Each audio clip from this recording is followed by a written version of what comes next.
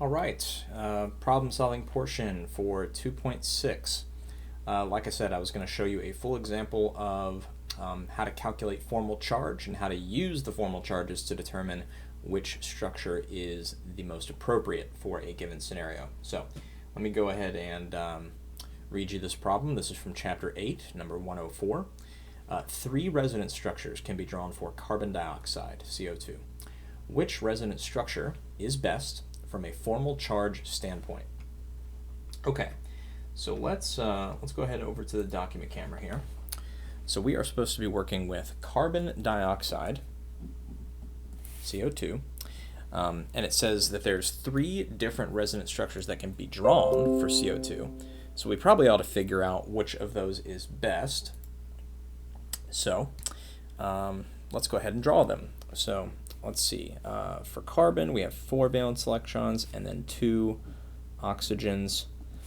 So that's a total of 16. Now the first resonance structure that you guys are probably familiar with, and actually turns out to be the correct structure, is this right here. So if I take my carbon and my oxygens, let me draw a single bond between each. Turns out there's a double bond actually between each oxygen and carbon. Let's see, that accounts for 8 of my electrons. Carbon has the octet rule satisfied already, so if I put 4 more electrons, 2 lone pairs on each oxygen, there you go. That is one of the resonance structures for carbon dioxide. Satisfies the octet rule. We're good to go. There's another structure that you can technically draw for carbon dioxide. Okay. Instead of having 2 double bonds, I can triple bond carbon to one of the oxygens, single bond to the other. Carbon has the octet rule satisfied here. And then in order to satisfy the octet rule on the other atoms, I need to assign my lone pairs like that. Okay, you can see that this still has a total of 16. 2, 4, 6, 8, 10, 12, 14, 16. So we're still satisfying the octet rule here. And then I can sort of flip this around to have my triple bond to the oxygen on the right side. And so this would be another resonance structure.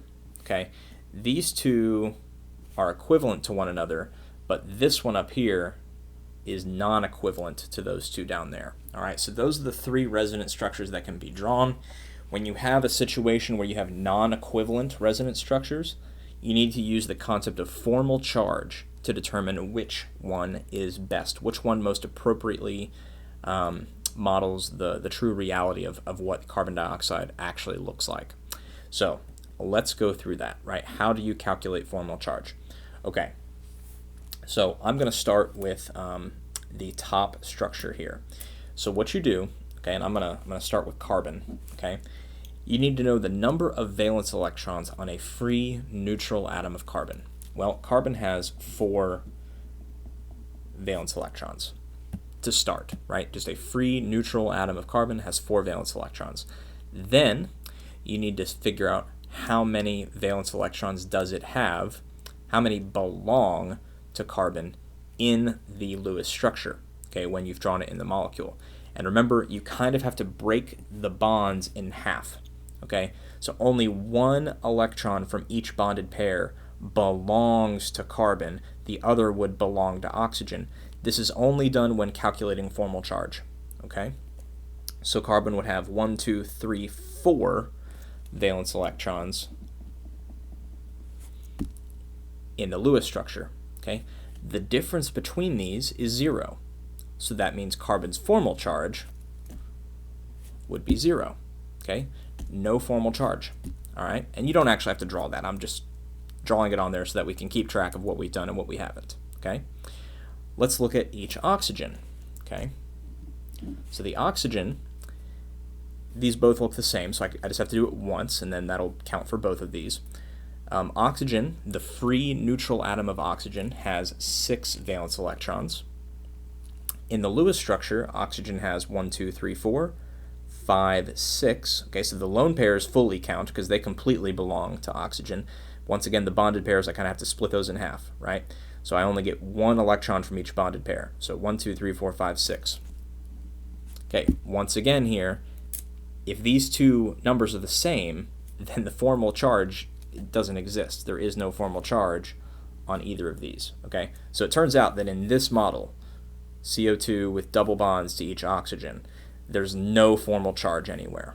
Okay, so that's why this turns out to be the best and most appropriate structure for carbon dioxide. Just for the sake of doing the calculations, however, let's look at these scenarios. Okay, these are equivalent. Okay, so I only have to do this once, all right, because then I can just sort of assign the charges. I can flip it around to assign the charges for the other one. Let's look at the carbon. Okay, so once again, carbon starts with 4 valence electrons, the free neutral atom. But in the Lewis structure, how many does it have? So if I break the bonds in half, 1, 2, 3, 4. Okay, it's got 4. So the formal charge on carbon in both of these scenarios would be 0. But what about on the oxygen? Okay, and this is where things get a little bit hairy. All right, so let's look at this oxygen here. Okay, so the oxygen on the right, oxygen starts with 6 valence electrons. In this structure here, with the single bond, it has 1, 2, 3, 4, 5, 6, 7. Okay. It has more electrons in the Lewis structure than it does as a free atom. What that means is that it has a formal charge of -1. Okay? Does that make sense? It's got more electrons in the structure than it does by itself. So therefore, in the structure, it has a formal charge of -1. Okay? And the other oxygen over here with the triple bond, once again, starts with 6 valence electrons as a free neutral atom, but in the structure, it has 1, 2, 3, 4, 5.